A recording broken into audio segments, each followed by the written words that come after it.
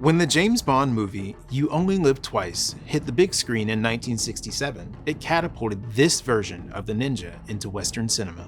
Tropes like all-black uniforms, sword fighting, and throwing stars were cemented into the public consciousness, creating a sneaky warrior archetype that's inspired countless movies, a reality TV show, and Chuck Norris. But these stereotypes are older than Hollywood, older even than the United States. I'm Joel Cook, and this is Rogue History.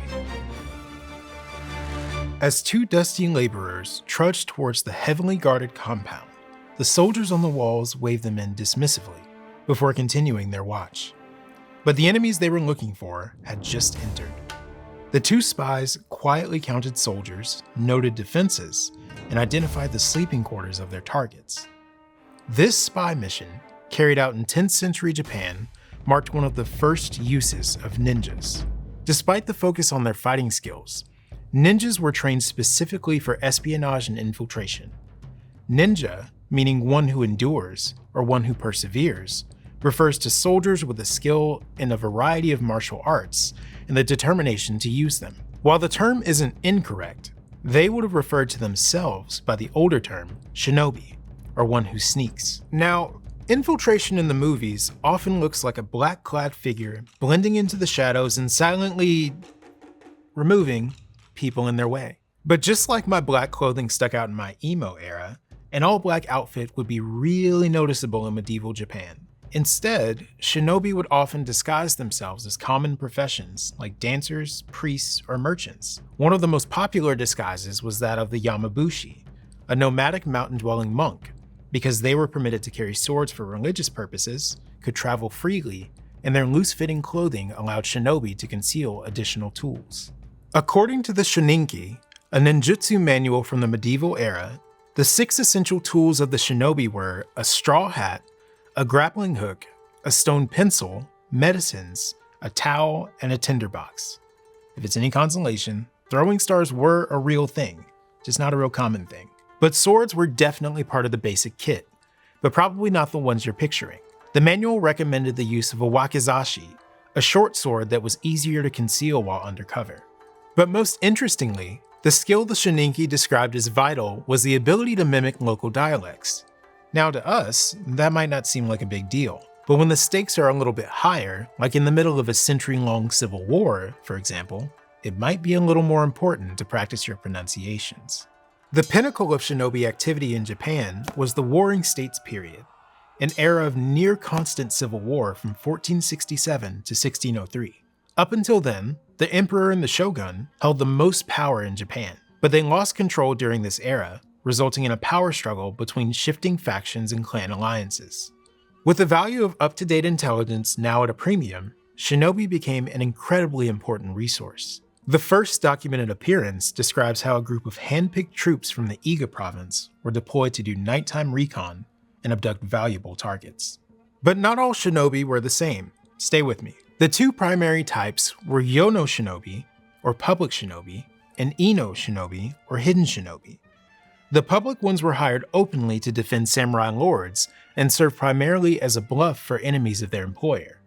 Their revered intelligence skills combined with their visible presence in a samurai lord's court warned potential enemies that the lord knew when things were happening and had enough fighters around him to respond. But public shinobi were also spy masters, secretly hiring teams of hidden shinobi to work under their leadership. The hidden agents, unknown even to their comrades, served as undercover spies and infiltrators. Some foot soldiers among this hidden group earned the moniker kusa, or grass, because of their strategy of hiding in long grass for hours at a time to spy on rival armies. One of the most high-risk but high-reward things a hidden shinobi could do was infiltrate an enemy army. Because soldiers were recruited from common people without uniforms, infiltrators could bluff their way into an enemy base by claiming to be a new hire. They put those grappling hooks to use too. The ninjutsu practice of stealthily climbing into enemy castles to blend in with soldiers was so common that their enemies had a name for it, referring to them as sniffers or listeners. But samurai lords, well aware of this treachery, employed counter-agents to infiltrate their own armies and report back on any suspicious activities. Takeda Shingen, one of the most powerful samurai lords of the late Warring States period, saw the value of espionage in war. Shingen's intelligence operations were heavily influenced by legendary Chinese general Sun Tzu and his belief in divine manipulation of the threads. Sun Tzu believed in 5 types of spies: the local spy, people in the community; the inside spy, flipped enemy civic leaders; the reverse spy, a double agent; the dead spy, hired to spread false information; and the living spy, who would report back to the leader. All of these spies would be completely unaware of each other, allowing the leader of the group to corroborate reports and weed out false information. Takeda Shingen employed a massive intelligence network based on these principles, and even had a training school for ninjutsu, the art of stealth, camouflage, and sabotage.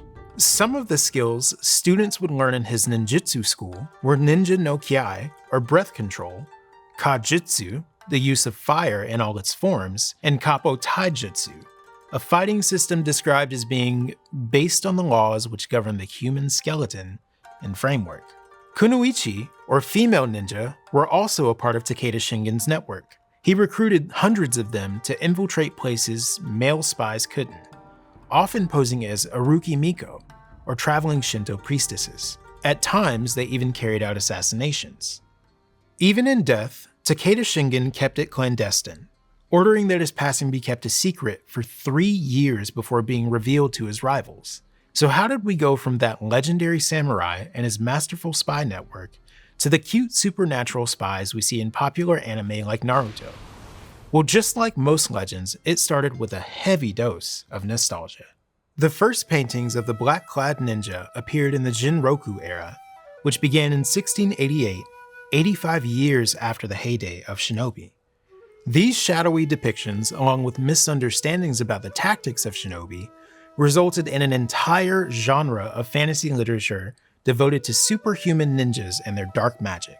Ninjutsu tools like the Mizugumo, large wooden shoes that allow the user to walk on water, were interpreted as Shinobi having supernatural abilities. Other types of shoes, designed with cutouts of animal prints to hide footprints, were conflated as Shinobi transforming into animals to travel from place to place. Sarutobi Sasuke, a mythical character based on a real shinobi named Kazuki Sasuke, appeared during the Meiji era and evolved into a superhero-like figure in Japanese storytelling.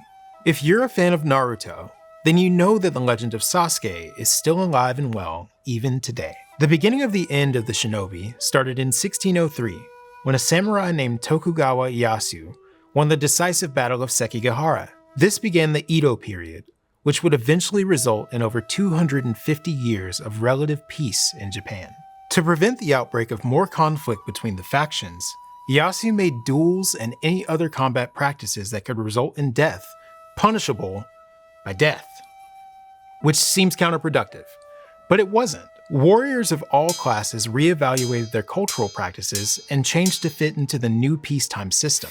But for most shinobi, Ieyasu's decrees were a cultural death sentence. Ninjutsu, the shinobi training system, wasn't like other forms of martial arts. While other practices like judo evolved with the changing times, ninjutsu couldn't. Shinobi weren't above using edged weapons, poison, or even explosives to live to fight another day. And it's kind of hard to adapt poison to friendly competition. In the face of Tokugawa Ieyasu's decree, authentic shinobi began to fade away. Those who had skills of interest to the new government were allowed to practice extremely limited forms of ninjutsu. But practitioners who failed to find positions as bodyguards or civilian spies became farmers and merchants, disappearing from the public consciousness. As the last of the true shinobi died off, there was no one to correct the outlandish stories being told about them. When it comes to the legacy of those who operate in the shadows, it's hard to get the details exactly right because of the secrecy required to do the work. But their silence, paired with the passing of time, can often result in fantasy and myth taking the place of reality. Pop culture, whether current or centuries old, can open the doors to historical figures we might not otherwise be exposed to. But by stepping through those doors, we can learn the deeper layers of these fascinating stories. Before you go, we want to hear your feedback. Every year, PBS Digital Studios surveys our audience, helping us understand what you enjoy on YouTube and what you want to see us make more of.